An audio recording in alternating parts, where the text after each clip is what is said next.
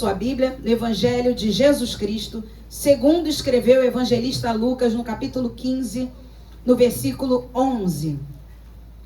Lucas 15, 11. Estamos aí no meio de um feriado. Alguns irmãos estão viajando, outros estão descansando, amém? Feriado para o cristão é para a gente descansar, principalmente nesse, né? Passear dentro do que a gente puder, porque moramos numa cidade um pouquinho violenta, né? Mas Deus tem nos guardado, irmãos, vocês percebem isso? A gente que mora aqui no Rio de Janeiro vive o Salmo 91 todo dia. Que é 1.000 ao teu lado, 10.000 à tua direita, tu não serás atingido. Não é verdade? Então somos gratos ao Senhor por isso. Lucas capítulo 15, versículo 11 e 12 diz assim. Amém, meu Deus. Continuou. Certo homem tinha quantos filhos? 2 filhos. O mais moço deles disse ao pai: Pai, dá-lhe a parte dos bens que me cabe. E ele lhes repartiu os haveres. Vamos orar. Senhor Jesus, queremos nesta manhã gloriosa, Pai, porque toda manhã que acordamos é gloriosa. Gloriosa por causa da Tua presença, do Teu Santo Espírito em nós. E queremos te agradecer por estarmos aqui em Tua casa. E neste momento pedimos ao Senhor que o Senhor venha falando conosco através da Tua palavra poderosa. Que o Senhor venha mudando a nossa vida, a nossa história, a nossa mente, o nosso coração. Venha nos renovando nesta manhã como nós declaramos, Pai. Renova, restaura a nossa vida, porque o Senhor não descarta ninguém. O Senhor não joga ninguém fora. O Senhor ama a restauração. Por isso aqui estamos nós, Pai, prontos para que o Senhor venha restaurando as nossas vidas. Fala conosco que estamos aqui nesta manhã. Fala com aqueles que estão nos assistindo ao vivo pelo YouTube. Aqueles que assistirão a gravação, Pai, posteriormente. Que o Senhor possa falar com cada um de nós. Amém, em nome de Jesus. Amém? Amém. Queridos, Lucas 15 é um capítulo que registra 3 parábolas de Jesus. Fala assim comigo, 3 parábolas de Jesus. Qual é o objetivo dessas 3 parábolas de Jesus? Refutar as críticas dos fariseus e escribas acerca do convívio de Jesus com pecadores e publicanos. Nós nos atemos muito nas parábolas, pensando apenas que Jesus está falando de resgate, de perdas, mas o objetivo principal do Senhor foi refutar o pensamento dos escribas, publicanos, fariseus, em Lucas 15, versículos 1 e 2, que diz assim: aproximavam-se de Jesus, fala comigo, todos. Fala de novo, todos os publicanos e pecadores para o ouvir. E murmuravam os fariseus e os escribas, dizendo: este recebe pecadores e come com eles. Então nós temos uma questão aqui que Jesus precisava refutar. Os publicanos eram cobradores de impostos judeus, né? Eles eram judeus que atuavam como cobradores de impostos para o Império Romano. Geralmente eles eram desonestos. Eu sei que não te lembra nada que nós vivemos no Brasil, né? Então geralmente eles eram desonestos. Eles cobravam a mais para poder ter mais dinheiro. Por isso que os publicanos naquele tempo eram ricos. E o que acontecia? O próprio povo judeu se colocava contra os publicanos, porque eles pensavam: vocês estão nos extorquindo, vocês que são o nosso próprio povo. Então publicano era considerado pecador, mas Jesus comia com todos eles. Jesus recebia todos eles. Mas nós temos também algo interessante aqui, porque todos eles queriam ouvir Jesus. Amém. Por isso que o tempo que nós estamos vivendo, irmãos, é um tempo de restauração, não é um tempo de descarte. Amém. Todos queriam ouvir Jesus, porém murmuravam os fariseus e os escribas, dizendo: este recebe pecadores e come com eles. Então Jesus precisou propor 3 parábolas para refutar esse tipo de pensamento. Como pode Jesus comer com publicanos? Como pode Jesus comer com pecadores? Como pode Jesus sentar com eles? Mas eles queriam ouvir. Nós não podemos sentar, irmãos, com quem não quer nos ouvir, porque não é por força nem por violência, é pelo meu espírito, diz o Senhor. Mas quem quer nos ouvir, se você precisar sentar e conversar e pregar e até comer e beber com eles, você precisa fazer. Porque como nós iremos pregar o evangelho se não nos achegarmos às pessoas que estão lá fora precisando do amor de Deus? Principalmente nesses dias que nós estamos vivendo, irmãos, onde as pessoas estão vazias. Eu estava lendo hoje a epístola de Paulo a Tito, no capítulo 3. É interessante que Paulo condena um hábito que nós, cristãos de 2026, temos muitas vezes esse hábito. Dizer que a pessoa não é crente, que não toma jeito, que não toma vergonha, que não se posiciona. Mas Paulo fala assim para Tito: nós também éramos assim. Nós também éramos assim. Isso às vezes eu sei que te causa uma certa irritação, porque aquele marido não se converte, aquela esposa não se converte, os filhos que não tomam jeito. Mas Paulo adverte a Tito: tenha mansidão. Seja compassivo com eles, porque outrora, no passado, nós também éramos assim. Amém. Só que é interessante aqui que os escribas e os fariseus se achavam os melhores, os dignos de ouvirem Jesus. Mas foram eles que crucificaram Jesus. Aqui os fariseus, os escribas, os intérpretes da lei, toda a autoridade judaica, achava que era mais digna do que os publicanos e do que os pecadores. Sendo que a Bíblia fala o seguinte: todos pecaram e carecem da glória de Deus. Glória a Deus. Amém? Então, por isso que Jesus propôs essas 3 parábolas, para refutar esse tipo de crítica, para fazer com que eles entendessem o ministério de Jesus. E aí nós temos a parábola da ovelha perdida, da dracma perdida, e a parábola de hoje, que está o tema ali, o filho pródigo. Mas se escrevesse uma Bíblia um dia, não uma Bíblia, mas se eu pudesse fazer ali comentários numa Bíblia, o subtítulo, que na verdade quem coloca é a Sociedade Bíblica, eu colocaria o filho perdido. A sua, tá? Qual é a sua tradução, King James? Seria o filho perdido. O filho pródigo é o filho gastador. Pródigo significa isso, gastador.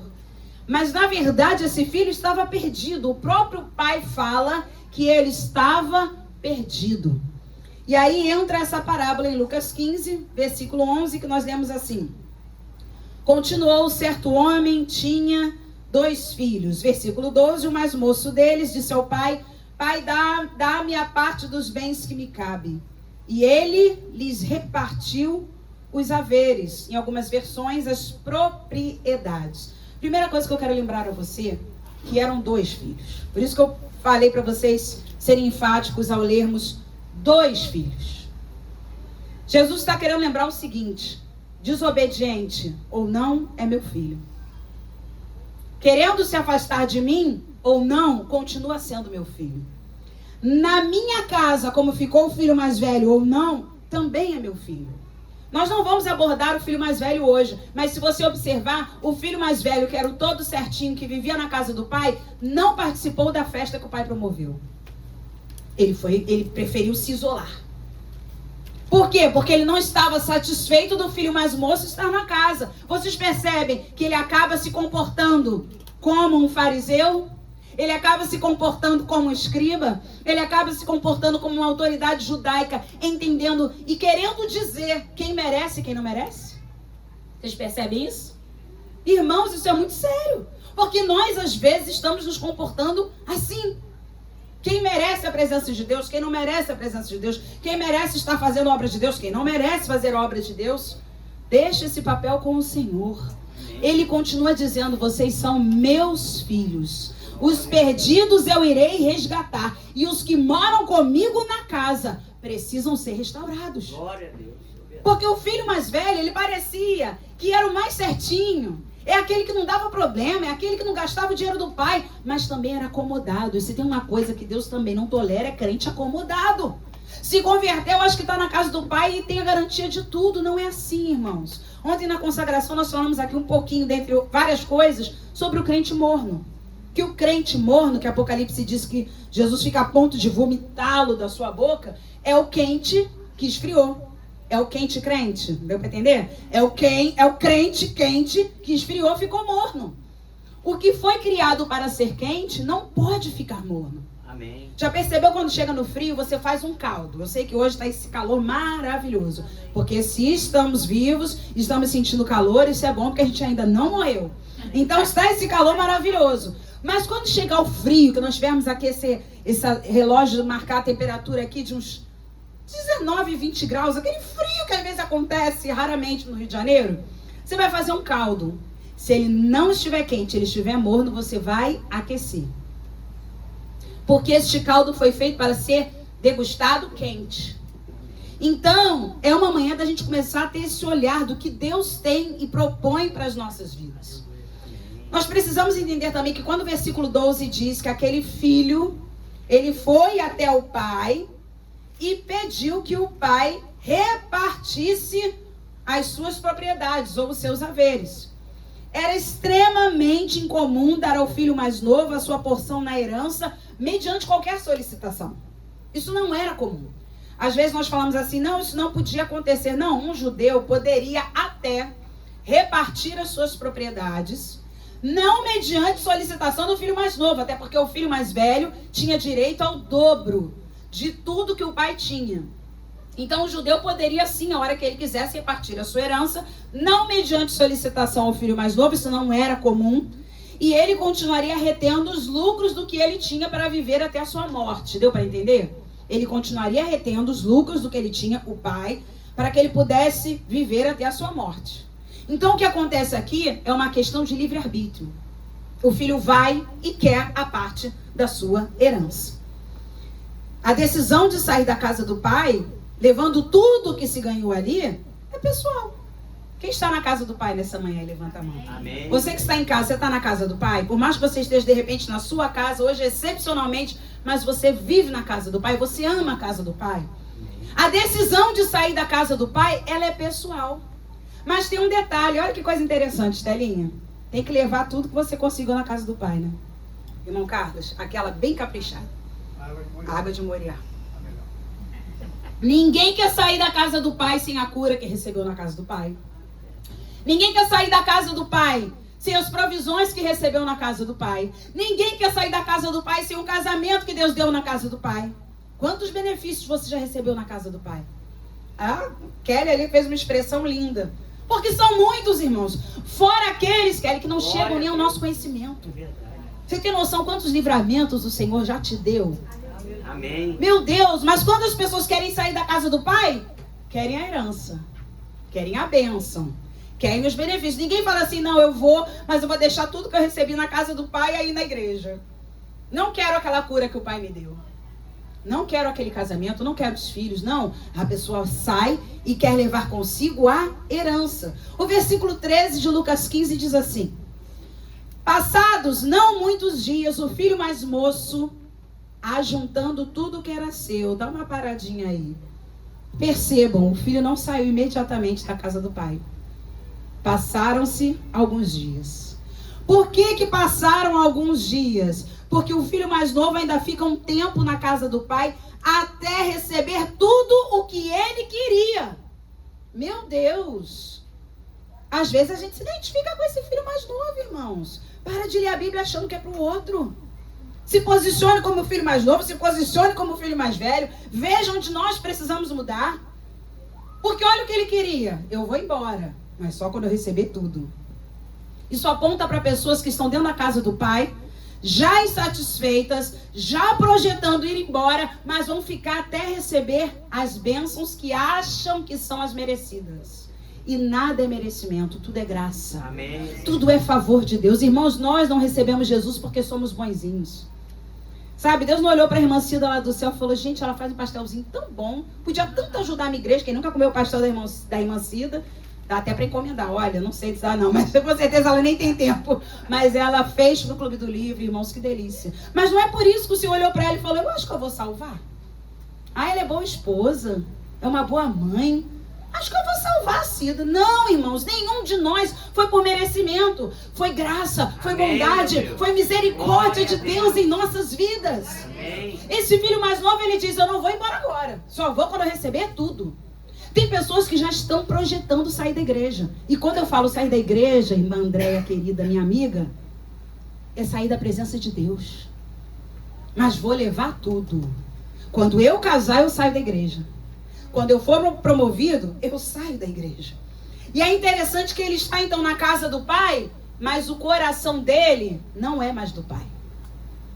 Os olhos dele estão nos benefícios que o pai pode dar. Imagina se a herança dele fosse de R$1 milhão. Então ele só sai da casa do pai porque ele tem uma promessa. Então ele fala, só saio quando eu receber a promessa. Como Deus não é homem para mentir, nem filho do homem para se arrepender, Deus dá a promessa. Dá ou não dá, gente? O pai deu, o pai que era homem. Na parábola, claro que aponta para Deus. Ele deu a herança. Ele entregou a herança que o filho tanto queria. Mas o coração daquele filho não era mais do pai. Seguindo o versículo 13, diz assim: então ele ajuntou tudo que era seu. Agora eu lhe detalhe aí, leia comigo, para vocês despertarem. Partiu, versículo 13, vamos juntos. Partiu para uma terra distante e lá dissipou todos os seus bens, vivendo ou irresponsavelmente. Olha a decisão desse filho. Receber tudo que o pai tinha para dar. O coração dele não estava mais com o pai. Ele se afasta, ele vai para uma terra bem distante, que a primeira coisa que as pessoas que se afastam de Deus querem é ir para bem longe. Não é para perto, é para bem longe. Quando chegou lá, ele gasta tudo que ele recebeu na sua herança. Ou seja, ele não era nem um bom investidor. Porque se ele fosse um bom investidor, pelo menos, ele compraria uma fazenda, ele compraria uma empresa, ele abriria um negócio, ele se juntaria a alguém que tinha também um conhecimento e ia fazer multiplicar o seu negócio. Mas se tem uma característica de quem vive longe de Deus, é o descontrole financeiro. E pastor João deu uma aula sobre isso. Quantos de nós não nos identificamos? Descontrole financeiro, irmãos, é característica de quem vive longe de Deus. Porque o crente, ele precisa se organizar financeiramente. Existem as prioridades. O que são as prioridades da sua vida financeiramente falando? O que você precisa para sobreviver. Quem paga aluguel, pagar o seu aluguel, a primeira coisa. Quem mora de aluguel ainda, a primeira coisa é pagar o aluguel, porque senão você vai para a ponte. Ou melhor, para debaixo da ponte. Então a primeira coisa, a gente pagava aluguel, eu sempre pensava, a primeira coisa é o aluguel. Que eu posso até ficar bebendo água, comendo pão, mas debaixo de um teto. Não é assim? Então a primeira coisa é o aluguel. Quem paga prestação de casa, prestação da casa. Quem paga condomínio é o condomínio. Quem tem a sua casa própria não paga mais nada. Vem as contas, os impostos. Dai a César o que é de César e a Deus o que é de Deus. Não adianta reclamar do governo. Você tem que pagar. Não adianta, irmão. Você está gastando tempo, está gastando as sinapses do seu cérebro aí à toa. Vai lá e paga essa dívida. Paga essa dívida. Depois vem as compras, a alimentação, a educação dos filhos, enfim. Pastor João deu um curso aqui, se você quiser, peça ele uma apostila, ele te manda por PDF. Mas, irmãos, é um sinal de quem não tem a Deus. Descontrole financeiro. Amém. Então, o que nós percebemos? Tudo começou com uma palavra, me ajudem a pregar, digam assim, insatisfação. Insatisfação. Você sabia que a insatisfação precede a rebelião? Toda pessoa insatisfeita está programando uma rebeldia. Está na casa do pai. Olha a história dele. Ele era feliz ou infeliz na casa do pai? Não, na casa do pai. Ele era feliz ou infeliz na casa do pai? Feliz. Feliz. Na casa do pai, gente. Na casa do... Pô, de novo, vocês estão ainda meio que sono... Ninguém... Olha, vocês não pularam o carnaval, tenho certeza. Não é possível, vamos lá. Ele era feliz, depois de toda essa cola, se vocês errarem, a gente vai ter que editar o vídeo. Ele era feliz ou infeliz na casa do pai? Feliz. Isso, tá vendo? Ele era feliz inconscientemente. Sabe a história? Eu era feliz e não sabia? Depois você perdeu sua mãe, depois você perdeu seu pai, depois você perdeu sua avó, depois você perdeu aquele emprego, depois você saiu da sua igreja. Sabe a história? Eu era feliz e não sabia? Ele era feliz na casa do pai, mas ele não tinha consciência disso. Agora ele vai para uma terra distante e se torna infeliz, também sem ter consciência disso. Vocês percebem? O que está acontecendo nesses 4 dias aí? O pessoal está sendo infeliz inconscientemente. Existe uma felicidade inconsciente, mas existe também uma infelicidade inconsciente. A pessoa pode ser feliz e não saber, e também pode estar infeliz e não saber, porque ela acha que está tudo bem. Eu tô comendo, bebendo, me alimentando. Eu faço o que eu quero, tenho as mulheres que eu quero, tenho os homens que eu quero, tenho os carros que eu quero. Isso é infelicidade inconsciente. Então, olha os estágios que esse filho passou. Na casa do pai ele era feliz e não sabia. Ele vai para bem longe, ele é infeliz e também não sabia. Vocês vão perceber isso até o final. Eu falei aqui que a insatisfação vai sempre preceder rebelião. Ele era feliz na casa do pai e não sabia. Mas ele está insatisfeito. Foi aí que vocês confundiram. Insatisfação com infelicidade. Ele estava insatisfeito. Sabe quando você está insatisfeito com uma escola e você muda de escola e vê que tinha uma escola pior? Sabe, né? Ah lá, Nicole, ontem a gente conversou sobre isso. Sabe quando você está insatisfeito com os teus pais? Aí você sai da casa do seu pai e vê que produto de limpeza é caro. Que só aquela parte que você fala, eu vou levar um Vênis. Minha mãe só comprava de outra marca. Vai ver quanto é um Vênis. E a minha mãe usava surf, eu vou comprar Omo. Ah, minha filha, você não passa do seu carrinho ali os R$1.000, fácil. E por aí vai. E por aí vai. Minha mãe não comprava chocolate nas compras. Meu pai era pão duro, vou comprar chocolate. Você sabe quanto custa uma barra de chocolate no mercado se tu não for na loja americana? 10 a 12 reais. Eu não pago, eu falo, não dou. Não, nem passo naquela parte de chocolate no mercado, porque é muito caro. Aí a pessoa pensa que na casa do pai ela é infeliz. Mas ela é feliz e não sabe. Amém. E foi isso que aconteceu. Então, fala comigo. Toda insatisfação precede a rebelião. Aí olha o versículo 14 de Lucas 15, que diz assim. Versículo 14. Depois de ter consumido o que, irmãos? Tudo. Como é que pode isso? Vocês conhecem alguém assim? Não vou beber. A pessoa recebe uma herança, consegue em pouco tempo, Estelinha, Ju, gastar tudo. O que eu falei para vocês? Que a pessoa longe de Deus é desorganizado financeiramente. Ele consumiu tudo, diz o versículo 14. E ainda sobreveio àquele país uma grande fome. E ele começou a passar, meu Deus, necessidade. Agora de um filho amado, mimado, contudo porque ele era filho de um fazendeiro. Ele passou a passar fome. Vocês têm noção do que é isso? Alguém aqui já passou fome? Não tem vergonha de levantar a mão, não? Fome? Não ter o que comer. Ninguém nunca passou fome? Cadê o irmão da amêndoa? Ah, ele e a irmã Rosa. A irmã Rosa não veio. Meu pai já comeu amêndoa porque estava com fome para ir para a escola. Não era nem uma questão do meu avô, era uma questão que quem cuidava deles, né? Enfim, levava-se alguma coisa e eles ficavam com fome. Mas passar fome não é ruim? Passar fome não é ruim. Gente, a gente passou caminhando esses dias para aqueles pés de amendoeira. Eu falei assim, como é que meu pai conseguia comer isso? O João falou, não sei, tem gente que diz que tem até um gosto doce. Eu falei, o cheiro? Não sei não, ainda mais que elas já estavam tudo meio, como dizia a avó do João, repolegadas. Eu falei, gente... Mas a fome faz isso. A fome faz a gente comer coisas que não deveríamos comer. Lembra das alfarrobas? Eu não quero adiantar a pregação. Mas é a fome que nos leva a isso. Imagina você em casa, hoje é domingo, você chegar em casa, tem um fricassê de bacalhau da irmã Valdete, que ela falou pra mim que fez, lá na casa que ela trabalha sexta-feira. Enfim, você chegar em casa, tem um churrasco do pastor João. Imagina você chegar em casa, ter aquele pavê do Lucas de sobremesa. Meu Deus, eu tô só lançando, meu pai. Será que eu ganho alguma coisa hoje? Você imagina o empadão da Patrícia Kelly ou da Maria, porque agora elas já estão ali, as duas no empadão. Gente, o nhoque da Sandra, feijoada da Lu, é muita coisa. A sopa da Outback da Aninha, eu não posso falar não, que vai ter que parar, porque vocês aqui são demais. Aí você imagina, você chega em casa e você tem isso. Você decide sair da casa do pai e começa agora a ter fome. Você não tem o básico, você não tem água, você não tem pão, você não tem biscoito creme crack, aquilo que você reclamava, aquela marca ruim de biscoito Marilã. Meu irmão, você sabe o que é passar fome? Ai, meu pai só compra Marilã, por que não compra piraquê? Gente, pelo amor do pai, que insatisfação.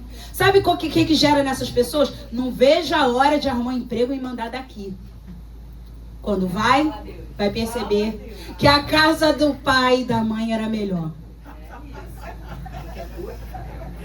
Vocês imaginam uma coisa? Tá calor na casa de vocês? Estão ligando o ar? Vocês já estão pensando na conta, né? Aí o filho reclama porque o ar não fica ligado o dia inteiro.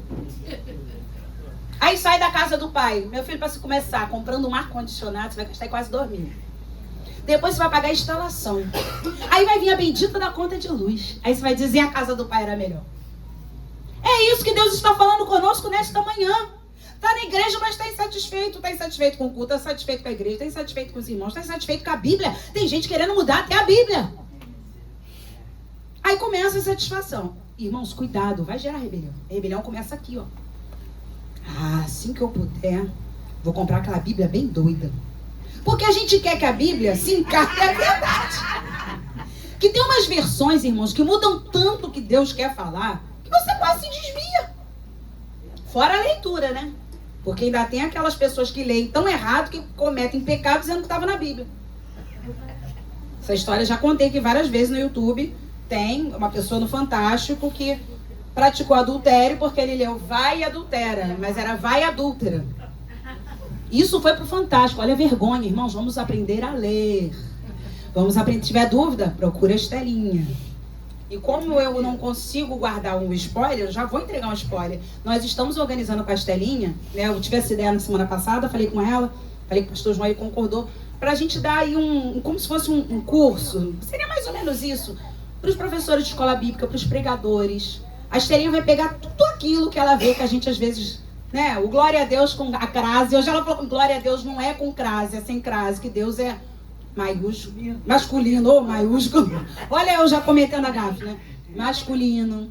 Isso não vai ser legal pra gente? Eu vou ser a primeira a estar aqui sentada, aprendendo, pra gente não transformar a Bíblia em algo que seja nosso bel prazer, que venha nos satisfazer. Então a gente precisa aprender a ler, estudar. Graças a Deus, os nossos professores aqui, eles são maravilhosos. Mas a gente sempre precisa de um ajuste. Quer ver? Uma vez eu não sabia, mas uma amiga minha que era professora de português, eu falava muito assim, a pessoa está desapercebida. Desapercebido, vocês sabem o que é? Sem a condição financeira. E na verdade é despercebido, sem perceber. E eu recebi aquela correção com muita... E até hoje eu fico assim, não é desapercebido, é despercebido. Isso é muito bom, irmãos, porque Jesus, ele sabia se comunicar. Jesus sabia falar. Jesus conhecia a sua língua, conhecia até muito mais do que a sua própria língua, porque a comunicação não é sobre aquilo que a gente fala, é também sobre o que o outro entende. Não adianta entender o que quis. Não, peraí, comunicação não é isso. A gente teve umas semanas atrás aí uma questão com uma música sobre comunicação. A pessoa falou um negócio, todo mundo estava entendendo o outro, e a pessoa queria justificar. Eu ouvi o pastor que falou sobre isso. Comunicação não é só sobre aquilo que a gente quer falar, é também sobre o que o outro entende. Isso é uma boa comunicação. Amém. E aí a gente volta para o filho pródigo, vamos entender que deu tudo errado na vida dele. Ele gastou errado, escolheu o país errado para recomeçar a sua vida, porque até o lugar que ele escolheu, irmãos, não deu certo. Porque toda decisão tomada sem aprovação de Deus vai dar errado. Eu vou repetir. Toda decisão tomada sem a aprovação de Deus vai dar errado. No olhar dele, o país que ele escolheu era o melhor. Supondo hoje, vamos falar do brasileiro. Qual é o sonho do brasileiro? Morar nos Estados Unidos. De alguns, né? O meu não é. Porém, muitos querem, é o sonho, né? Ir lá morar nos Estados Unidos. Se Deus não está nesse negócio, não adianta, pode ser o melhor país. Vai dar errado. Pode ser o país mais próspero, de primeiro mundo. Vai dar errado. Então ele escolheu o país errado, investiu errado, gastou errado, deu tudo errado. Vamos aí para o versículo 15 que diz assim. Aí que pega. Vamos ler juntos o versículo 15? Então, ele foi e se agregou a um dos cidadãos daquela terra. E este o mandou, vamos, para os seus campos aguardar meu Senhor. Ele queria tanto ficar livre, porque qual a intenção de sair da casa do pai? Ficar livre das orientações, ficar livre das restrições, ficar livre das disciplinas impostas pelo pai, acabou encontrando a fome. Porque quem vive sem restrição, sem disciplina, sem orientação, vai encontrar a fome. Física ou espiritual. As disciplinas são necessárias. para que nós possamos crescer, amadurecer, desfrutar do que Deus tem para nós. O sonho dele era viver sem disciplina. Não ter horário para chegar em casa, passar a noite na rua, ficar com quem quisesse. E na casa do pai ele não podia fazer isso. Na casa do pai tinha horário para sair, horário para chegar. Na casa do pai tinha que dar satisfação, sim. Se você é de maior e mora na casa dos seus pais, eu quero te dizer que você precisa dar satisfação. Não importa, mas eu já tenho 21 anos, já tenho 18 anos, mas você mora com seus pais, então você precisa sim dar satisfação. Eles ainda são chefe da casa. Você só é de maior pela lei humana, mas dentro da casa dos seus pais, você ainda mora com eles e precisa dar satisfação a eles. Isso é bíblico, irmãos, isso é bíblico. Você sabe quantos anos tinha esse filho? Não, eu também não sei. Não sei. Só sei que ele foi embora. Aí se ele era de maior, se ele era de menor, a Bíblia nem fala de idade. Porque a questão não é idade, a questão é obediência, a questão é a disciplina que Deus coloca pra gente. A pessoa não quer sair da casa do pai porque tem orientação. Olha, na igreja, o ideal é que você não beba nenhum copinho. Na igreja, o ideal é que você não fume. Na presença de Deus, o ideal é você orar todos os dias, ler a Bíblia todos os dias. Ai, isso é muito chato. Não usa roupa indecente. Ai, que coisa enjoada. Não ouve músicas que vão te levar para um outro lugar. Ah, meu Deus do céu, muita restrição. Sai. Viva sem restrições. Irmãos, é incrível. É uma decadência. Eu já falei para vocês, entra no seu Instagram, mas no Facebook.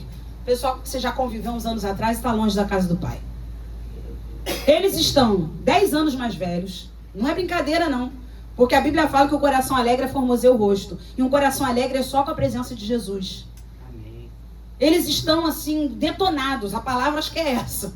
Você fala, gente, a família esboroada. Já separou, casou 3 vezes. Tem um filho com cada pessoa. Essa é a vida de quem que decide viver longe da casa do pai. É melhor ou não é viver com regras? As regras te protegem, irmãos. A Bíblia é a nossa regra de fé. Levanta ela aí. Amém. Com gosto, ainda que a sua esteja despencando. Mas levanta, isso significa que você lê a sua Bíblia. Olha, levanta com gosto e fala assim, essa é a minha regra de fé. Irmão, isso aqui é salvação para a tua vida, para a tua alma, para o teu corpo, para o teu espírito. Mas quem está insatisfeito na casa do pai vê tudo isso como uma grande chatice, como uma grande imposição de regras. Então entrou o problema do versículo 15. Para saciar essa fome, ele se associou a pessoas erradas e foi trabalhar com coisas impuras, pastorear porcos ao invés de pastorear ovelhas. Porque ele, sendo filho de um fazendeiro judeu, porque o pai da parábola aqui, obviamente, ele é judeu. Estamos falando no contexto judaico. Então precisamos entender que no contexto judeu, o porco é um animal imundo. Judeu não cria porco, judeu não come porco. Judeu cuida de ovelhas. Possivelmente a fazenda desse pai, ele iria pastorear ovelhas. Mas quando ele decide se associar com pessoas de uma terra distante, ele vai pastorear porcos. E aí você deixa marcadinho em Lucas 15 e vai comigo para 2 aos Coríntios, segunda carta de Paulo, à igreja de Corinto, capítulo 6. 2 aos Coríntios 6, versículo 14. Quem sabe essa mensagem de hoje é resposta também para quem pensava em fazer sociedade com gente de terra distante. Sociedade com gente de terra distante. O que seria isso, pastor? Ué, o filho não foi para uma terra distante? Longe da presença do pai? Leia-se o mundo. O sistema que atua nesse mundo. O que ele fez quando chegou a fome? Ele foi se associar com uma pessoa da terra distante. Olha o que diz 2 Coríntios 6, versículo 14. Não vos ponhais em julgo desigual com os incrédulos. Porquanto que sociedade pode haver entre a justiça e a iniquidade, ou que comunhão da luz com as trevas, que harmonia entre Cristo e o maligno, ou que união do crente com o incrédulo, que ligação há entre o santuário de Deus e os ídolos, porque nós somos santuário do Deus vivente. Como ele próprio disse, habitarei e andarei entre eles, serei o seu Deus e eles serão meu povo. Por isso, retirai-vos do meio deles. Separai-vos, diz o Senhor. Não toqueis em coisas impuras. Ele foi mexer com porco. E eu os receberei. Versículo 18. Serei vosso pai, e vós sereis para mim filhos e filhas, diz o Senhor Todo-Poderoso. Não existe sociedade do crente com o incrédulo, irmãos. Uma hora ele vai querer dar uma volta e você vai dizer, não, mas eu sou crente, eu não faço isso. Não, mas eu sou nego imposto, mas eu... Irmãos, vai ter tanta coisa errada que você não vai conseguir ficar naquele ambiente. Por isso que a Bíblia fala, não há sociedade. Por isso que a gente sempre orienta na igreja, quer casar, tem que casar com crente. Paulo fala que até as viúvas, se quisessem casar, tinha que ser no Senhor. Não é porque elas tinham experiência de casamento que elas podiam casar com qualquer um. Casem no Senhor. Irmãos, qualquer tipo de união, ela é muito séria. Vai casar, tem que casar com crente, vai fazer sociedade com crente, tem a orar até o tipo de crente, né? Porque tem crente também. Enfim, que vai fazer o caixa 2, vai ter emitir nota fria. Então, você tem que perceber essas coisas, para que você possa viver bem nessa terra. Amém. Se não tiver com quem fazer sociedade, faça com o próprio Deus. Fala assim, eu vou, se o Senhor está me dando direção, o Senhor vai comigo. Não tem sociedade melhor. E aí nós começamos a perceber, volta para Lucas 15, que ele foi se associar com gente da terra distante. Volta para Lucas 15. E o que aconteceu? O que deram para ele fazer? Guardar porcos. Versículo 16. Ali desejava ele fartar-se das alfarrobas que os porcos comiam, mas ninguém lhe dava nada. O que eu falei que a fome faz a gente fazer coisas inacreditáveis, inefáveis, indizíveis. Uma pessoa com fome de Deus, ela começa a buscar qualquer coisa, ela se catula, ela vai fazer a cabeça dela, ela vai comer qualquer coisa que der, ela vai fazer qualquer negócio, ela vende até a alma para o diabo. Vocês já ouviram falar nisso? Pessoas que fazem pacto com o demônio? Pessoas têm fome. Não somente fome de alimento, fome espiritual, fome de Deus, fome de família, fome de amizade. Sabe aquela pessoa insatisfeita? Ela acha que o problema está em casa e não está. Ela acha que o problema está no trabalho e não está. Ela acha que o problema está com ela. Por isso que ela precisa ter um encontro com Jesus. Amém. Porque Jesus, além de poder solucionar todos os nossos problemas, ele vai solucionar todos aqueles que ele sabe que vai ser bom para a gente. Mas o foco de Jesus é salvar a nossa alma, nos dar uma alegria permanente, não passageira. Glória a Deus. Então, ele começa a ter vontade de comer alfarrobas. Em algumas versões, bolotas. Resumindo, comida de porco. Meu pai só comeu amêndoa porque um dia teve fome. A fome faz a gente desejar coisas que não são naturais. Não é normal, quando se tem fome, desejar a comida dos animais. Ou vocês estão pensando, 11h08, quando eu chegar em casa, quem tem pet aí? Qualquer pet.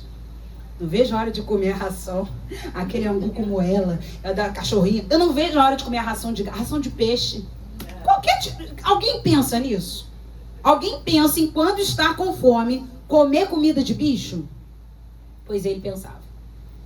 Diz aqui o versículo 16, ele desejava fartar-se das alfarrobas. As alfarrobas eram vagens grandes que lembravam também coentro. Sabor forte, era nutritiva, mas não era para alimentar a gente. Comida de animal é de animal, comida de gente é comida de gente. Ninguém deseja comer comida de animal quando está com fome. Mas quando se está longe da presença de Deus, você quer comer até o que o animal come. Irmãos, vira tudo antinatural. E cuidado com aquilo que é antinatural. Tudo que é antinatural vai te conduzir ao pecado e ao afastamento de Deus. A desnutrição, a morte eterna. Ou seja, fuja das alfarrobas. A alfarroba não é natural. Eu vou falar aqui entre linhas, você vai entender. Repetindo, tudo que é antinatural te afasta da presença de Deus. No casamento, escolhas na mocidade. É antinatural? Não é de Deus. Tudo que Deus criou, irmãos, o original de Deus é bom. Então, até no casamento, os irmãos são adultos, sabem do que eu estou falando. É antinatural? Pode ou não pode isso, pastor? É antinatural? Não é de Deus, vai te afastar de Deus. Pensa agora naqueles jovens que estão se descobrindo segundo o mundo. Só vou falar isso. É antinatural? Não é de Deus. Não sei, sentou do meu lado, eu senti um negócio que eu nunca senti. É antinatural? Não é de Deus, meu filho. Aí você pode, nem precisa me perguntar se é de Deus ou não. É antinatural. É alfarroba? Agora quem veio domingo de manhã vai entender. É alfarroba? Não é de Deus. É bolota? Não é de Deus. Se vier me conversar comigo, eu já vou falar, mas isso é alfarroba, né? Isso é antinatural. Você pode ter sentido o negócio que for. É antinatural. Não é de Deus. Vocês estão entendendo, irmãos? Como é que essa palavra vem confrontar a nossa vida? Use aquilo que Deus entregou nas tuas mãos como coisas naturais. Aquilo que Ele criou para ser. Deus criou tudo com objetivo, até os seus cílios. Vocês sabiam que os homens agora estão raspando os cílios? Olha a loucura que a gente está vivendo. Eles passam máquina aqui, ó, tiram os cílios. Irmãos, para que servem os cílios? Nós não temos nenhum oftalmologista aqui, mas nem é preciso para a gente saber. Proteção. Os cílios protegem os seus olhos. Os homens agora estão raspando. Eu vi. Eles pegam a maquininha e essas barbearias, que agora já estão especializadas em tudo, né? Porque as pessoas estão cada insatisfação, gera isso, irmãos. Gera rebelião. Não basta só o cabelo assim, o cabelo assim, o cabelo assim. Meu Deus, agora tem que raspar isso aqui também. Tem que fazer aquele negócio na sobrancelha aqui. É tudo mais um pouco. Então agora, o que é natural? Você ter cílios. O antinatural, tira os cílios. Irmãos, tudo que é antinatural vai te conduzir para um lugar ruim. Vai te conduzir para um lugar ruim. Vocês sabiam que o número de câncer de garganta aumentou muito por causa da promiscuidade? Eu não preciso falar muitas coisas aqui, mas vocês vão entender. Câncer de garganta. Por causa do HPV. Por causa de vírus que vai para a garganta e você sabe por quê. Preciso explicar? Não, né? Só temos adultos aqui. Até quem não é, irmão, já dá para saber, porque nesse mundo que a gente vive, nem precisa, né? Irmãos, tudo que é antinatural, vocês estão entendendo? Agora, mais uma vez, o que são alfarrobas? É antinatural, é pecado. Vai te conduzir para desnutrição, vai te conduzir para um inferno, vai te conduzir para uma vida ruim, vai te conduzir para a enfermidade. Irmãos, até o exercício físico tem que ter cuidado. Ontem eu vi uma menina, olha, parece só eu vejo as coisas, igual o pastor João. Mas ontem eu vi uma menina, na página do G1, que sofreu um inchaço enorme nos braços, não sei se alguém viu, por causa de uma aula de pilates, onde ela passou do ponto... Pilates, eu já fiz pilates, irmãos, é maravilhoso. Ela passou do ponto no exercício novo que ela fez. Ela tinha uma doença que ela não sabia que tinha doença. Os braços incharam, os médicos ficaram desesperados com ela, porque ela podia perder os braços. É brincadeira? Eu não sei o nome da doença, mas é uma doença que eu nunca ouvi falar. Eles desconfiaram de trombose, desconfiaram de várias coisas.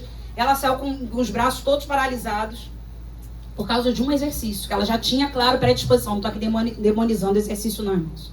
Estou falando tudo que é demais e sem conhecimento pode te prejudicar, sim. Vocês sabiam que até beber água demais faz mal? Ah, que... Gente, vocês são muito inteligentes. Eu achei que só eu soubesse dessa. Mas vocês sabiam. Você vai perdendo na urina os nutrientes necessários para o seu corpo. Então, beber 6 litros de água por dia. 8, 10, porque agora beber água está na moda. As garrafas estão aí. Por sinal, irmãos, higienizem as suas garrafas. Vocês já viram a quantidade de bactéria que tem nessas garrafas? Vocês sabiam que apareceu que no carnaval o pessoal está dividindo essas garrafas e a quantidade de bactéria, cara, irmãos? Eu já tenho aquela coisa com dividir coisa. Que dirá uma garrafa que não é higienizada. E não é só passar aguinha, não. Tem que botar no cloro, com a sanitária. Olha a pastora também dando dicas aqui. Porque isso é saúde para você. É saúde, porque virou moda. As garrafas viraram moda. Quanto maior, quanto mais bonita, quanto de mais marca. Muito legal a garrafa. Isso é muito legal, sim. Mas cuidado com a moda. Tem que ter higiene. Tem que ter cuidado. Tem que verdadeiramente beber água que é necessária. Meu pai já dizia, água demais mata a planta, tá? Quando ele falava isso, ó, meu Deus, tô morta. Cuidado, hein? Água demais mata a planta. Já ouviram esse ditado? Meu pai sempre falava isso. Eu já sabia que eu tava fazendo alguma coisa demais. Eu falava, ai, meu Deus do céu, tô frita. E é verdade. Começa a regar uma planta direto. De manhã, de tarde, de noite. Ela vai morrer por excesso de água. Então, nada de alfarrobas. Fala assim comigo, nada de alfarrobas. Ainda tem um detalhe nas alfarrobas, tá? Que eu vou entregar só para vocês que vieram hoje. A alfarroba tempera a carne para adiantar e preparar o porco para o dia da sua morte. Tá bom para você? Além de tudo, tá temperando a carne do porco. Como eu falei para vocês, ela lembra um coentro. Conforme o porco se alimenta das alfarrobas, a carne dele também está sendo preparada, temperada para o dia da sua morte. O que o diabo faz com quem sai da presença de Deus? Taca-lhe alfarrobas. E aí, com isso, a carne dele está sendo preparada para o dia da sua morte. Porque o que o diabo quer, irmãos, é te levar para o inferno. O que o diabo quer é me levar para o inferno. Se eu sair daqui hoje e me desviar, não adianta tudo que eu preguei esses anos todos, toda a minha vida, não adianta. É no momento como você está.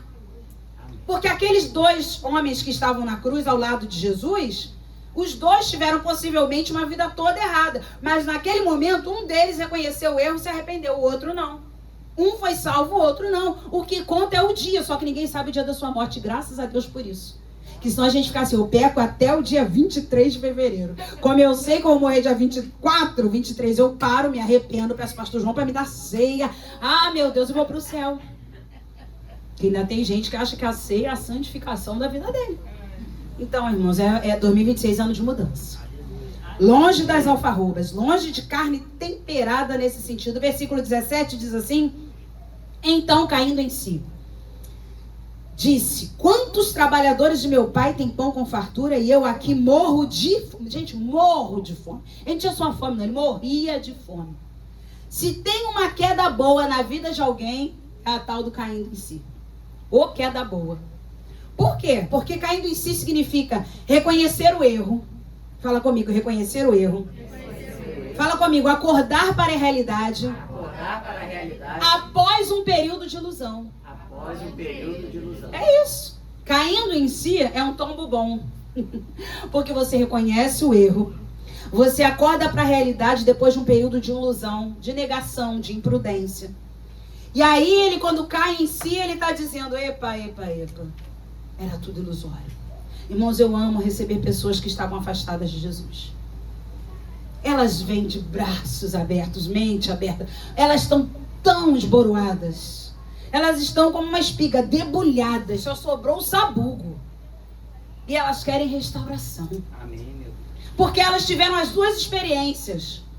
Viver na casa do Pai, sendo feliz, mas inconscientemente. Aí sugere insatisfação. Viver no mundo, sendo infeliz também inconscientemente. Elas querem voltar para a casa do Pai, ser feliz e agora conscientemente. Olha só, porque chegou um momento, esse momento aqui, nós estamos na terceira fase, vamos dizer assim, do filho pródigo. Ele era feliz na casa do Pai inconscientemente. Ele era infeliz no mundo inconscientemente. Agora chega aqui, ele está cuidando de porco, é infeliz conscientemente. Deu para perceber isso, gente? Eu estou meio confuso.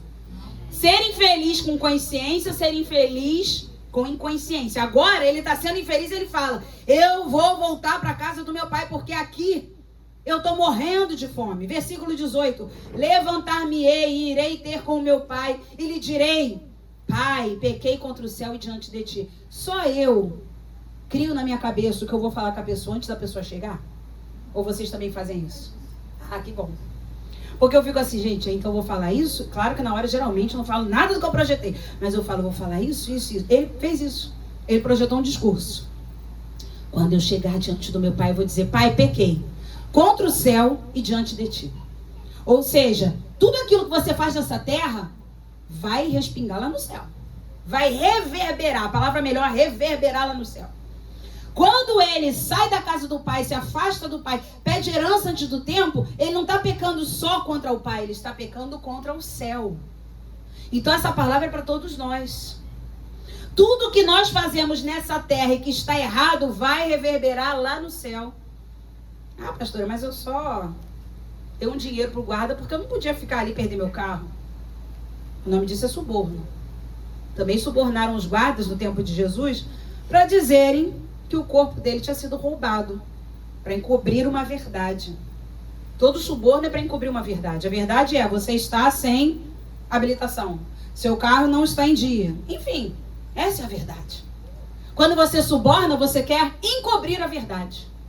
E ninguém pode contra a verdade. Então, irmãos, quando você erra, assuma os seus erros, que é melhor. Assuma os seus erros, que é melhor. Ah, mas porque com esse calor me ofereceram por R$50 fazer um gato. Suborno, é errado, está roubando, e roubador não vai herdar o reino. Irmãos, crente não tem que ter gato de nada, nem gatonete, nem gato de luz, nem gato de água. Paga o que você deve. Lembra quando Eliseu restituiu àquela mulher o azeite, a farinha. Lembra quando ele encheu, na verdade foi dos azeites.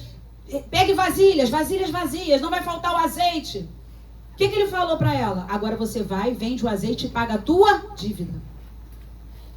Primeira coisa, irmãos, é pagar a dívida, não é ir para Dubai. Não é pegar o dinheiro que Deus está te dando e falar, vou fazer a viagem dos sonhos. Você vai pagar a tua dívida.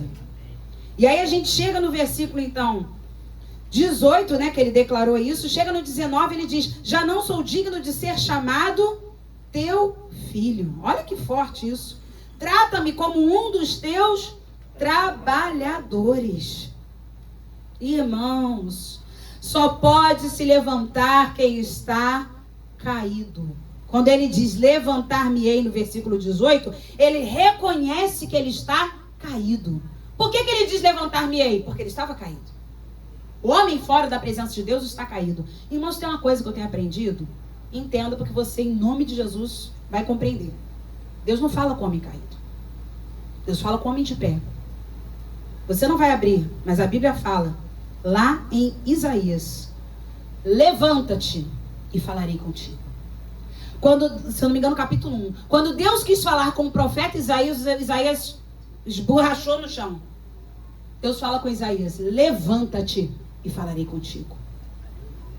Deus fala com o homem de pé. Homem caído precisa de graça e misericórdia. Mas para falar com Deus tem que estar de pé. Glória a Deus. Por isso que esse homem, ele diz, levantar-me-ei. Levantar-me-ei e irei ter com meu pai. Na verdade eu falei Isaías, mas é Ezequiel, irmãos. Tem uma anotação aqui, Ezequiel 2, versículos 1 e 2. Levanta-te e falarei contigo. Mas não é só Ezequiel que fala, tem outros textos que também falam. E aí vem o versículo 20. E levantando-se foi para o seu pai. E levantando-se foi para onde? Para o seu pai. Vinha ele ainda longe, quando seu pai o avistou. Dá uma paradinha aí que a gente está quase fechando a mensagem. Só a Paty hoje. Olha, quase ninguém entendeu. Vou repetir para ter o clipe, né? Olha, a gente está quase terminando a mensagem. Assim, de manhã, né? Fica todo mundo mais devagar.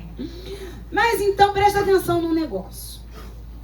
Ele foi para o pai. O pai de longe o avistou. Pensando aqui num pai que já tinha 2 filhos, possivelmente maiores de idade, que ele viveu dissolutamente, enfim, viveu possivelmente gastando com mulheres, com bebidas, enfim, com drogas daquele tempo. Pensa numa coisa, esse pai já era idoso. Porém, esse pai, mesmo assim, o esperava.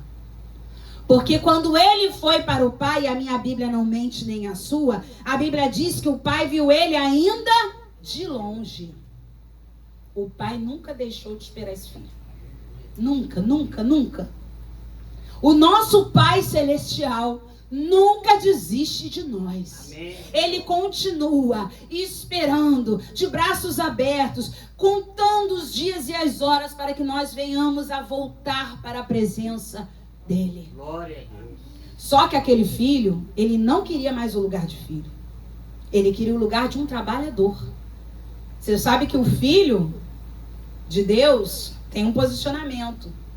Você sabe que um trabalhador de Deus são aquelas pessoas que são bons maridos, boas esposas, bons filhos, bons patrões, bons empregados, não passam fome, mas também não estão tão perto de Deus. Por isso que ele queria ser um trabalhador. Ele queria estar perto do pai, mas também não tão perto. Gente, é muita coisa, né? Ele queria estar perto do pai, mas não tão perto. Por isso que ele falou, não quero ser filho mais não. Me trata como um trabalhador, pelo menos fome eu não passo. Só que Deus não quer que nós vivamos neste mundo como bons trabalhadores de Deus. Deus quer que nós vivamos como filhos. Amém, Senhor. Filhos amados, que têm deveres e direitos. Todo filho tem dever e tem direito, gente. Você tem que arrumar seu quarto, mas pensa bem, você tem um quarto para morar, para dormir. Você tem que organizar as coisas. Porque se você tem coisas, pensa bem, tu já é rico. Não sei se só aqui em casa tem aquela penteadeira. Cadê as meninas da igreja? A maioria tá lá na... A Sandra já tá falando que sim, sabe? Que você vê tanta coisa que elas arrumam. Não dá quantos dias? Nem uma semana. Já tá tudo ali de novo. Mas que bom que elas têm coisas para arrumar. Então esse aí é um olhar, olha, eu tenho que arrumar, mas eu tenho coisas. Eu tenho que limpar a casa, que bom, eu tenho uma casa para limpar. Porque, irmãos, o que aumentou o número de pessoas em situação de rua nesses últimos dias não é brincadeira, não. Esses dias a gente foi caminhar, João falou, e tem um saco de lixo ali na frente, no meio do condomínio. Eu falei, não, menina, não é um saco de lixo, não. Ele tem, tá de miopia, né? Mesmo com óculos ele tá. É sim, é um saco. Eu falei, não é, eu tô vendo um pé. Isso eu já de longe. Sabe aquele condomínio? Meu pai deve saber ali onde mora o Fabiano. Morava, que ele não mora mais ali. Ele tava? O João falou que era um saco de lixo. Eu falei, não é um saco de lixo. E nós estamos. Falei, João, que é uma pessoa. Porque eu já começo assim, me desviar. Eu não sei se tá morto, se tá vivo, se vai matar, se vai me pegar. Aí eu já começo a ver por onde eu vou passar. Mas olha, ele ficou um tempo, mas não é. Eu falei, eu tô vendo um pé. Eu acho que é assim, porque eu tô vendo um pé assim, ó. Irmãos, quando nós passamos do lado, uma pessoa jovem, totalmente vulnerável, com um saco assim do lado. E é uma coisa que vocês não podem ajudar, porque ele está geralmente ali debaixo de drogas, né? Sob efeito de drogas. Exatamente, ainda tem isso. Então é uma questão que a gente precisa orar. O que a gente pode fazer quando a gente vai para a rua, aqueles que estão prontos para um diálogo, abertos a um diálogo, a gente atende com alimento, com roupas, oferece Jesus, mas isso aumentou muito. E o detalhe, sabe o que aquelas pessoas têm? Aquele saco, até que ele deixe no próximo ponto de ônibus e comece a catar coisas tudo de novo. Então, se você tem uma casa para arrumar, glorifica. Se você tem um carro para limpar, glorifica. Se você tem uma roupa para lavar, glorifica. Amém, Senhor. A gente tem que mudar o nosso olhar de reclamação. Ai, meu Deus, eu ainda tenho que fazer comida quando eu sair do culto. Pastora Fernanda não para de pregar. Mas é que você tem comida para fazer? Glória a Deus que eu tenho comida para fazer. Tem arroz, tem feijão em casa? Glória, mas não tem o bacalhau, irmão. Ninguém vive de bacalhau, não. Eita, tem muita coisa muito mais nutritiva, né, Nutri? Muito mais nutritiva. Faz lá sua couvezinha, faz um brócolis. Olha, faz uns ovos cozidos. Tá, hoje é domingo, vou deixar o frito. A Nutri não tá me ouvindo, mas eu vou deixar o frito só hoje porque é domingo. Um dia assim só, né, Nutri? Ai, pode, ela é uma Nutri legal, quem quiser. A Aninha tá ali. Um dia só pode. Então, irmãos, a gente tem esse olhar. Porque ele começou a ver que ele era muito feliz na casa do pai e ele não sabia. Vamos aí pro versículo 21. Não, no final do 20, o pai o avistou, compadecido dele, correu, abraçou e beijou. Olha como o pai acolheu a esse filho. De longe ele viu, o pai correu, gente. Que idade tinha esse homem? Não sei.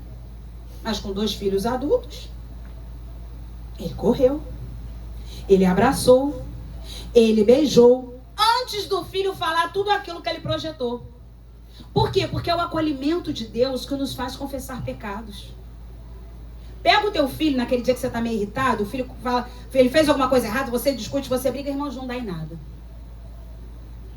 Você vai disciplinar, vai colocar de castigo, mas o arrependimento só vai vir quando você acolher.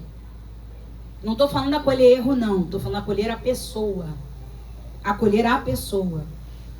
Corrige, repreende, faz tudo o que tiver que fazer, depois você vai abraçar, depois de um tempo você vai abraçar e vai dizer, como eu posso te ajudar? Eu sei, irmãos, que no dia a dia ninguém vai fazer toda essa firula, né? Parece que eu tô falando aqui uma novela mexicana ou turca, sei lá, agora a moda que tá aí. Mas enfim, o que eu tô querendo te explicar é que a confissão de pecados só vem mediante o acolhimento. Imagina se o pai, Alanzinho querido, tivesse com um chicote esperando ele. Tu ia confessar pecado? Duvido. Ai, Deus, misericórdia de mim. Só ia chorar. Meu Deus do céu, não, por favor, não me bate, não me espanca. Mas o pai abraçou, beijou. E aí o filho, no versículo 21, diz, pai, pequei contra o céu e diante de ti. Já não sou digno de ser chamado teu filho. Gente, que coisa mais linda. O acolhimento do pai fez ele confessar os pecados. E não foi um chicote. Uma pessoa que saiu da igreja, que está bem afastada, está dentro da igreja, mas está fria, a gente não pode descer o chicote. O chicote é para quem está bem. O chicote é para quem está bem, que a gente fica assim, Jesus, é para mim mesmo. Pode vir, porque eu estou precisando. Mas quem não está bem, se levar a chicotada, vai jogar a pessoa. A Bíblia fala que Jesus não veio para apagar a torcida, que é aquela, como se fosse aquela coisa da vela, Quando já está fumegando, já está apagado. Você vem, ainda vai esmagar a cana quebrada. Já ouviram falar? E Jesus não veio para isso. Humilhar mais aquele que já está humilhado. Então a pessoa está longe, abraça, deixa a pessoa chorar. Sabe, acolhe. Isso vai fazer a pessoa falar, pequei, me perdoa, eu pequei. Deus faz isso com a gente, Ele acolhe. O versículo 22 diz assim: o pai, porém, disse aos seus servos: trazei depressa. É depressa, irmãos. Deus, para acolher e restaurar, Ele tem pressa. A melhor roupa. Vestiu. Ponde-lhe um anel no dedo e sandália nos pés. Trazei também e matai o novilho cevado. Comamos e regozijemo-nos. O pai promoveu uma festa. Quem promove a festa? O pai. E detalhe, Lucas 15 tem 3 festas. Quando o pastor encontra a ovelha perdida, teve festa. Quando o pastor, Lucas 15, gente. Quando o pastor, vou repetir, encontrou a ovelha perdida, teve festa. Quando a mulher encontrou a dracma perdida, teve festa. Quando o pai recebeu seu filho perdido, teve festa. E o mundo acha que esses 4 dias é dia de festa. Festa é quando um pecador se arrepende. É a única vez na Bíblia que fala que tem festa no céu. O pai propõe uma festa. E é interessante que esse novilho cevado ou engordado, ele só poderia ser usado em ocasiões memoráveis que fossem receber todas as pessoas da fazenda. E você lembra que hoje eu não vou falar sobre ele, mas que o filho mais velho não participou da festa? Porque não quis. O pai convidou e ele não quis. Então esse novilho cevado, por que houve essa confusão no novilho cevado? Ah, como é que o senhor vai dar para ele, nunca deu para mim? Gente, novilho cevado era quando houvesse um negócio assim, tipo um casamento. Era algo que só vai acontecer uma vez. O pai nos vê assim, quando nós chegamos na presença de Deus, é uma festa memorável. Porque a conversão, irmãos, é uma vez só. Quem se converte de verdade é uma vez só. Se a pessoa estiver afastada, ela precisa de reconciliação, ela precisa de restauração. Mas a conversão é memorável.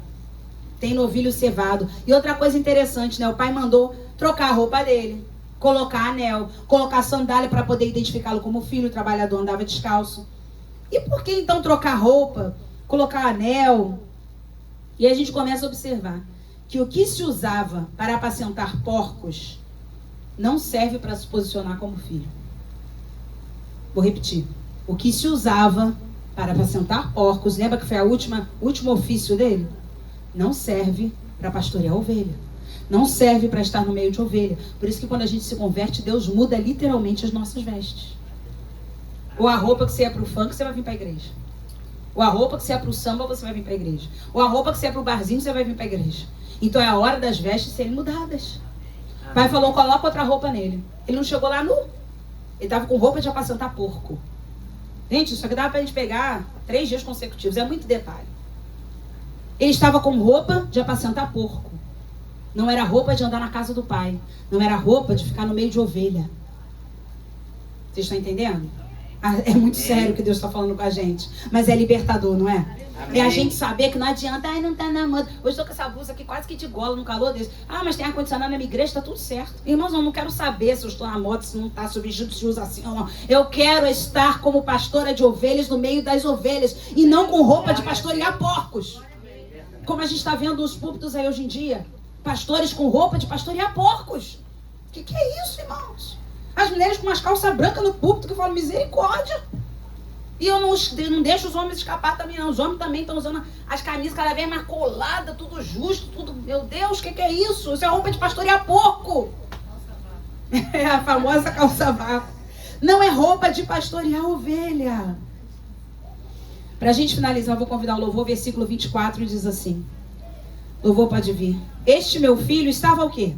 Me ajude a pregar nesse finalzinho. Esse meu filho estava morto e reviveu. Estava perdido e foi achado. E começaram a regozijar-se. Morto e perdido são características de quem vive longe do Pai. Morto e perdido. Mas ele não chegou vivo, gente? Chegou ou não chegou? Ele chegou vivo ou morto? Vivo. Agora vocês voltaram, né? Ele chegou vivo ou morto? Vivo. Mas o pai disse que ele estava morto. como ele estava morto, se ele chegou vivo, espiritualmente falando. Então o pai diz que quem vive longe dele, vive morto. E vive perdido. Mas ele sabia onde ele estava, porque ele foi para uma cidade distante, mas ele sabia o caminho da casa do pai, não sabia? Ele chegou lá direitinho. Mas quem vive longe de Deus vive perdido, sem direção no mundo. Eu era pobre, perdido, sem Deus, sem Jesus. Quando ele estendeu a sua mão para mim. Eita, que voz grave, gente. Vamos ficar de pé. Vamos ficar de pé, porque eu não quero viver morta nem perdida longe de Deus. Irmão, são muitas verdades espirituais, mas o Espírito Santo, ele vai nos ajudar. Amém. Ele vai nos ajudar a viver cada uma delas. Ele vai nos ajudar a viver cada verdade espiritual que foi ensinada aqui nesta manhã. Por isso, nesse momento, feche seus olhos, coloque a mão no seu coração.